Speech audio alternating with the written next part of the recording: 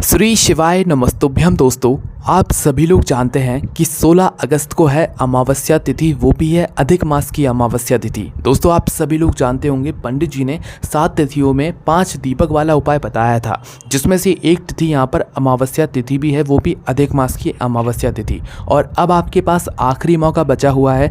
किसी ने अगर इस उपाय को अभी तक भी ना किया हो तो वो 16 अगस्त को इस अधिक मास के समापन के दिन, अधिक मास सावन अधिक मास के पूर्ण होने वाले दिन पर आप यह उपाय को कर सकते हैं आखिरी बार, ठीक है। क्योंकि इसके बाद वापस से सावन का महीना शुरू हो जाएगा और सावन के दिन आ जाएंगे, ठीक है। तो आपके पास 16 अगस्त का आखिरी दिन है, जिस दिन आप लोग 5 दीपक वाला उपाय कर सकते हैं और अपने घर के ऊपर, अपने घर परिवार के ऊपर भगवान भोलेनाथ का आशीर्वाद को प्राप्त करवा सकते हैं। तो 5 दीपक वाला उपाय हम आपको इस वीडियो में और अच्छे से समझाने वाले हैं, ताकि जिन लोगों ने अभी तक भी इस उपाय को किसी कारणवश अभी तक इन 7 तिथियों पर नहीं कर पाए हों, तो वो ये आखिरी तिथि और इस अधिक मास के आखिरी दिन ज़रूर कर लें, ठीक है। तो इस उपाय को आप समझिए और अच्छे से करिएगा, है ना। इस उपाय को करने का जो समय होता है वो शाम का समय होता है, मतलब कि प्रदोष काल का समय होता है। कब से कब तक का? लगभग 6 बजे से बाद का जो समय रहता है, उसके बाद कभी भी आप इस उपाय को कर सकते हैं, रात के 8 बजे से पहले कभी तक भी, है ना। तो 14 अगस्त को 6 बजे के बाद कभी भी आप इस उपाय को कर लेना, है ना। तो इस उपाय को करने में सबसे अच्छी बात यह है कि इस उपाय को आप अपने घर पर भी कर सकते हैं, है ना। घर के साथ साथ में 2 और ऐसे स्थान हैं जहाँ पर आप इस उपाय को कर सकते हैं, जो कि हम आपको इस वीडियो में बताने जा रहे हैं ना। सबसे पहली चीज़, इस उपाय में आपको आवश्यकता होती है 5 दीपकों की। अब ये जो 5 दीपक आप लोग लेते हो, ये आटे के दीपक लेते हो, है ना। मिट्टी के भी ले सकते हो, पर मिट्टी के लेने में नए दीपक लेने होते हैं। पर जिसका मन है भाई मिट्टी के दीपक में ही करने का, तो भाई आपके पास जो पुराने दीपक रखे हुए हों मिट्टी के, उन्हें धोकर आप इसमें उपयोग कर सकते हैं इस उपाय में, है ना। तो हम जो आपको मतलब अनुमान से बताते हैं, वो बताते हैं कि आप 5 आटे के दीपक लीजिए, है ना। थोड़ा सा आटा गूंद कर, उस आटे में कुछ नहीं डालना है, 5 आटे के दीपक आप लोग तैयार कर लीजिए।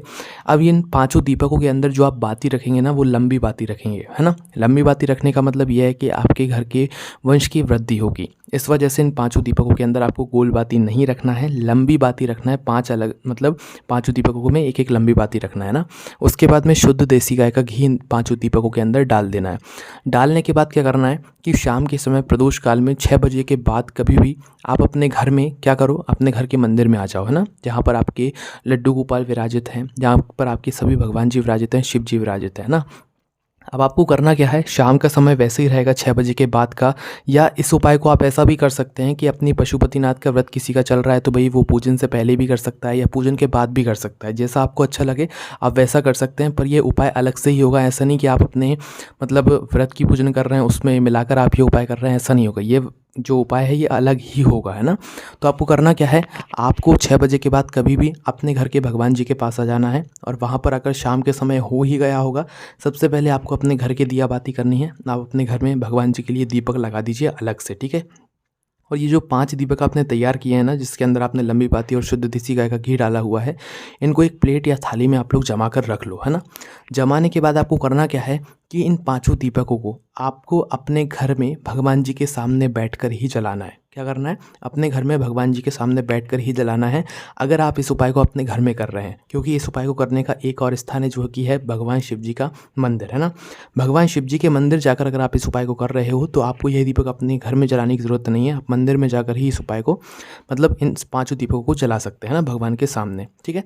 तो हम आपको बताते हैं कैसे करना है। तो सबसे पहले जो लोग इस उपाय को घर में कर रहे हैं, वो इन 5 दीपकों को जला लीजिए, है ना, अपने घर में भगवान जी के सामने बैठकर। दीपकों को जलाने के बाद उठिए, उठने के बाद सीधा आप लोग अपने घर के मुख्य द्वार पर आ जाइए, है ना। यहाँ पर भी इस उपाय को करने के 2 स्थान हैं। सबसे पहला स्थान है आपके घर का मुख्य द्वार, दूसरा स्थान है दोस्तों तुलसी जी का क्यारा। ये तुलसी का जो पौधा लगा हुआ होगा आपके घर में, उसके पास में आप ये वाला उपाय कर सकते हैं ना, ये आपके घर में ही है ना। अब दोस्तों, आटे का दीपक क्या करना है, आटे के दीपक होंगे आप लोगों के। तो अगर आप अपने घर के मुख्य द्वार के बाहर की साइड इस उपाय को कर रहे हो ना, तो यहाँ पर दिक्कत एक है कि ये 5 दीपक आपके सुरक्षित रहने चाहिए। क्योंकि बाहर की साइड रखोगे तो कुत्ता बिल्ली अगर गाय भी आते हैं तो इन दीपकों को नुकसान पहुँचा देंगे, क्योंकि यह दीपक आटे के होंगे। इसी स्थान पर अगर ये दीपक मिट्टी होंगे तो फिर कोई बात नहीं है, आपके दीपक सुरक्षित रहेंगे। कई सारे लोग ये भी कहते हैं कि भाई हवा चलती है तो भाई दीपक बुझ जाते हैं, तो उस स्थान पर आपको कुछ ऐसी चीज़ रख देनी होगी जिससे कि वो हवा का झोंका जो है दीपकों में ना लगे, जिससे कि वो दीपक अच्छे से जलते रहे ना। इन बातों का आपको ध्यान रखना है। ये आपके प्रश्न हैं जिनका हमने आपको अभी इसी समय जवाब दे दिया है ना। तो आपको ये 5 दीपकों को उठाकर जलाकर अपने घर के मंदिर से ही जो है उठाकर लाना है और सीधा अपने घर के मुख्य द्वार पर आ जाना है। जो लोग मल्टीज़ में रहते हैं या किराए के घर में रहते हैं, उनका जो मल्टीज़ का मेन गेट हो या किराए के घर का जो मेन गेट हो, उसके बाहर की साइड आपको ये उपाय करना है ना। किस साइड करना है? जब आप अपने घर के अंदर की साइड खड़े हो और आपका जो उस समय सीधा हाथ हो, उस सीधे हाथ की चौखट पर मुख्य द्वार पर आपको ये उपाय करना है। और बिल्कुल चौखट पर यह उपाय नहीं करना है कि चौखट पर आपने ये दीपक रख दी, नहीं। चौखट का हल्का सा बाहर का हिस्सा, जहाँ पर कई सारे लोगों का जो है जीना बना हुआ होता है, कुछ कुछ ऐसी मतलब चौखट के बाहर जो है आपकी जगह बनी हुई होती है। तो आपको करना क्या है, वहीं पर थोड़ा सा बैठना है। बैठने के बाद इन पांचों दीपकों को एक एक करके भगवान शिव जी के नाम का जाप करते हुए, स्मरण करते हुए और भगवान शिव जी से प्रार्थना करते हुए अपने घर परिवार के लिए ये पांचों दीपक लाइन से जमा कर रख देने हैं आप लोगों को, है ना। और इन बाती का जो मुख होगा, लंबी बाती आप लोगों ने रखी है तो लंबी बाती का जो मुख होगा वो बाहर की साइड होना चाहिए, है ना।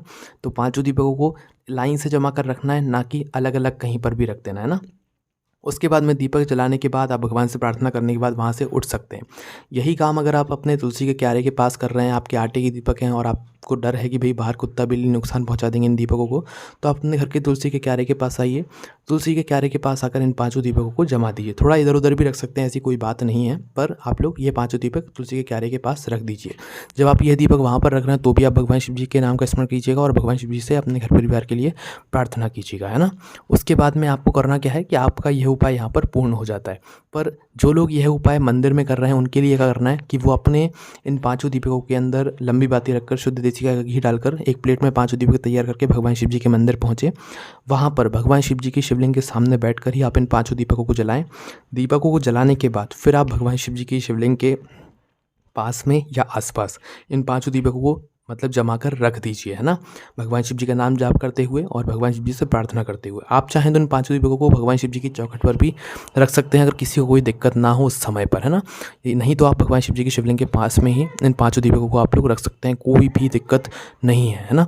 तो ये 3 वो स्थान है जिन स्थानों पर आप लोग यह उपाय को कर सकते हैं, 5 दीपक वाले उपाय को। और बहुत अच्छा मौका, सावन अधिक मास की है, शिवरात्रि है, ठीक है। तो कौन कौन से वो स्थान है? सबसे पहले आपके घर का मुख्य द्वार, दूसरा है तुलसी का क्यारा, तीसरा है यहाँ पर भगवान शिव जी का मंदिर। इन 3 स्थानों पर आप ये वाला उपाय कर सकते हैं, पर अभी इस उपाय को पूर्ण नहीं माना जाएगा, है ना। तो शाम के समय तो आपने ये दीपक जला दिए। दीपक जलाने के बाद आपको इनकी सुरक्षा भी करनी है। ये पांचों दीपक सुरक्षित जलने चाहिए, इस बात का आपको विशेष रूप से ध्यान रखना है, वरना फिर आपका उपाय काम ही नहीं करेगा, है ना। तो ये पांचों दीपक जो आपने मतलब चाहे मुख्य द्वार के बाहर की साइड रखे हुए हैं, चाहे तुलसी के क्यारे के पास रखे हुए हों, चाहे शिव मंदिर में रखे हुए हैं, इस बात का ध्यान रखना है। पाँचों दीपक सुरक्षित पूरे जलने चाहिए, है ना। ऐसा नहीं कि वो हवा से बुझ जाएं या कोई कुत्ता बिल्ली उन्हें नुकसान पहुंचा जाए, ऐसा नहीं होना चाहिए। वो पांचों दीपक सुरक्षित जलते रहना चाहिए जब तक वो अपने आप ना बुझ जाए, है ना। तो पांचों दीपक वो अच्छे से जलते रहना चाहिए। उसके बाद में क्या करना है कि इन दीपकों को आपको एक नियम के अनुसार ठंडा भी करना है। ठंडा कैसे करोगे कि इन दीपकों को आपने जलते हुए अच्छे से देख लिया, अच्छे से जल गए। अब इन दीपकों को आपको रात्रि में ही नहीं उठाना है, सुबह के समय जाकर उठाना है। सुबह स्नान करके शुद्ध होकर, शुद्ध वस्त्र पहनकर फिर आपको इन दीपकों के पास आना है, इन पांचों दीपकों को उठा लेना है, ठीक है। सुबह उठाना है, रात्रि में नहीं उठाना है। रात्रि को वैसे के वैसे ही रखे रहने देना है ना। उठाकर इनका विसर्जन करने के लिए आप लोग किसी भी नदी, बावड़ी या तालाब या सरोवर के पास जाकर इनका विसर्जन कर सकते हैं। अगर दीपक आटे के हैं तो, मिट्टी के हैं तो भाई मिट्टी के दीपक आप उठाकर अपने घर में ही रख सकते हैं, उन्हें कोई दिक्कत नहीं है ना। और अगर आटे के दीपक हैं, आप कहीं पर नहीं जा पा रहे हैं, तो आप अपने घर में किसी भी पेड़ के नीचे इन दीपकों को रख दीजिए। एक तरीके से वो वहाँ पर विसर्जित उनका मान लिया जाएगा, है ना। तो यहाँ पर जाकर यह उपाय पूर्ण होता है। जिन्होंने इस उपाय को मंदिर में जाकर किया होगा उनके लिए कोई दिक्कत नहीं है। उनका जो मतलब वो पांचों दीपक होंगे वो अपने निर्माल्य में चले जाएंगे, तो उनके लिए कोई दिक्कत नहीं है। उनका यह उपाय वहीं रात्रि में ही पूर्ण हो जाएगा। बस वह दीपक बुझने नहीं चाहिए। हवा की जो दिक्कत है उसके लिए आप थोड़ा ध्यान रखिए कि कोई चीज़ ऐसी रख दीजिए जिससे कि हवा जो है सीधा दीपकों में ना लगे, जिससे कि दीपक ना बुझे, ना। तो दोस्तों कुछ इस प्रकार से आपको इस उपाय को पूर्ण करना है। और यह उपाय जिस व्यक्ति ने कर लिया भाई, उसके घर में सुख समृद्धि आनी ही आनी है, उसके घर में खुशियाँ आनी ही आनी है। और सबसे बड़ी चीज़, धन की जो समस्या होगी ना, वो धीरे धीरे करके आपके घर से दूर हो जाएगी। तो आपको इस उपाय को ज़रूर करना है। और इस उपाय को घर के किसी एक व्यक्ति को करना है, मतलब कि घर की जो माताएं बहनें होती हैं ना, उनको करना है, ना कि सभी सदस्यों को करना है, ठीक है। बाकी हमने उपाय आपको अच्छे से समझा ही दिया है। आपको कोई भी समस्या आती है आप हमसे कमेंट करके पूछ सकते हैं। बाकी हमारी वेबसाइट पर भी ये उपाय डला हुआ है जो कि भोलेनाथभक्ति.com है। और कोई भी समस्या आती है तो आप हमसे कमेंट करके पूछ ही सकते हैं। ओम नमः शिवाय, जय भोले बाबा, श्री शिवाय, नमस्तुभ्यम।